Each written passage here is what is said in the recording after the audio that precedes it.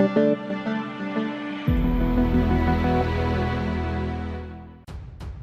to hard reset Moto G73. Step 1. At start, use the power button plus volume up to completely disable the device. Step 2. Then press and keep the volume down and the power key at the same time. Step 3. Release all buttons when the bootloader mode appears.